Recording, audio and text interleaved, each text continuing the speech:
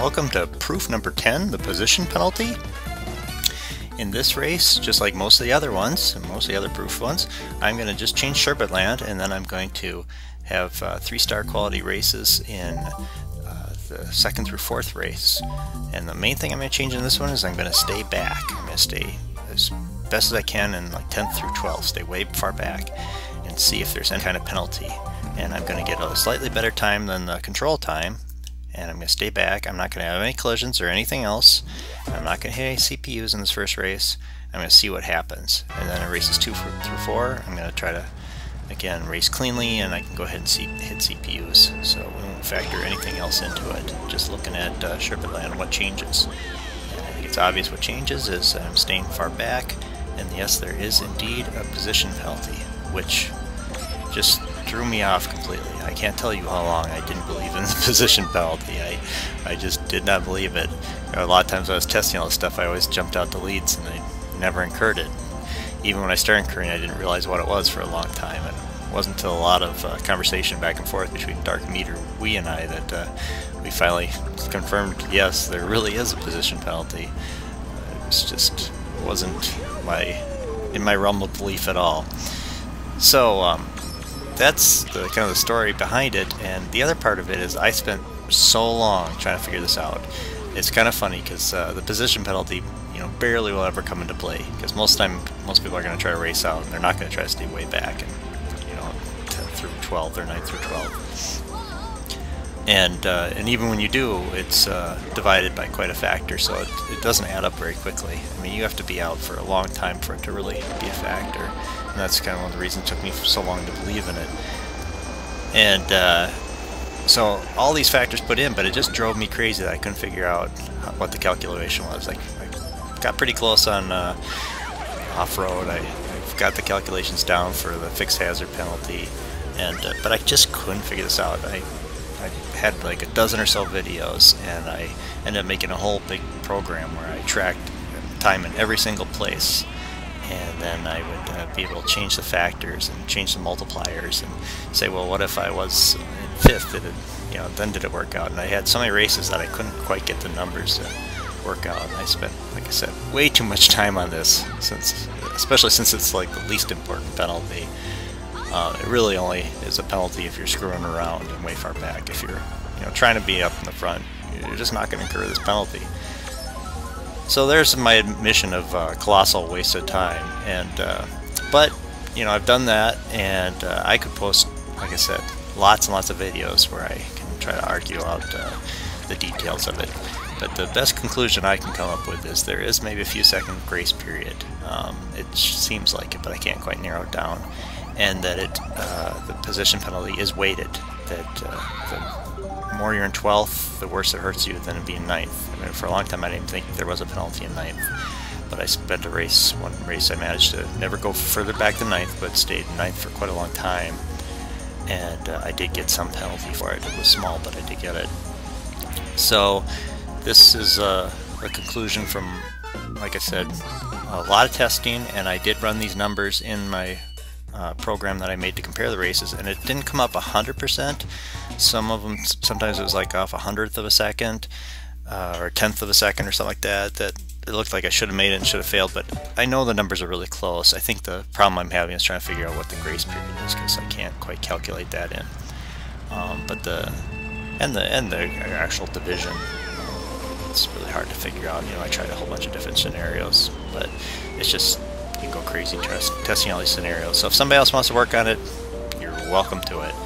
But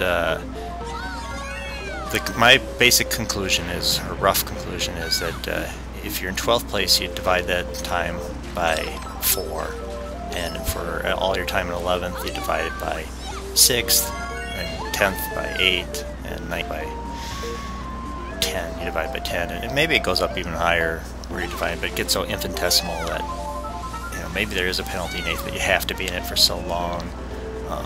I don't know. I think this video, I should say that between this video and the next video, though, the next video I'm in 8th for a really long time, and I don't seem to incur the penalty. So either it's so infinitesimal by the time you get to 8th, or it just doesn't exist. So my assumption is it probably pretty much just goes away, because even ninth is pretty darn small. So again, when you're dividing, even the worst case scenario, dividing by 12, I mean, if you're in 12th place for a minute, that's a 15-second penalty.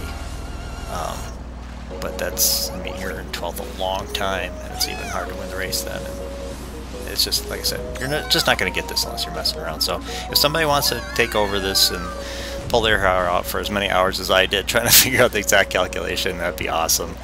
I welcome anybody else to try to figure out more detail, but my calculation, I think, is pretty darn close. It's going to work for you most of the time if you just use that calculation and ignore the forgiveness of maybe the second or so or whatever they give you, and just do the division like I said. It'll kind of work out.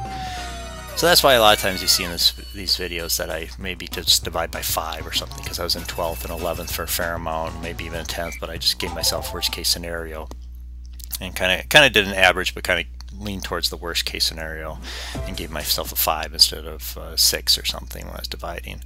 So I try to be as fair as possible. So again, I could go on and on about this one, and I really shouldn't, because it's just not that important. Just be aware of it if you're screwing around, but if you're actually trying to win the race, it's just not going to add up much. So just go about your races and don't worry about it.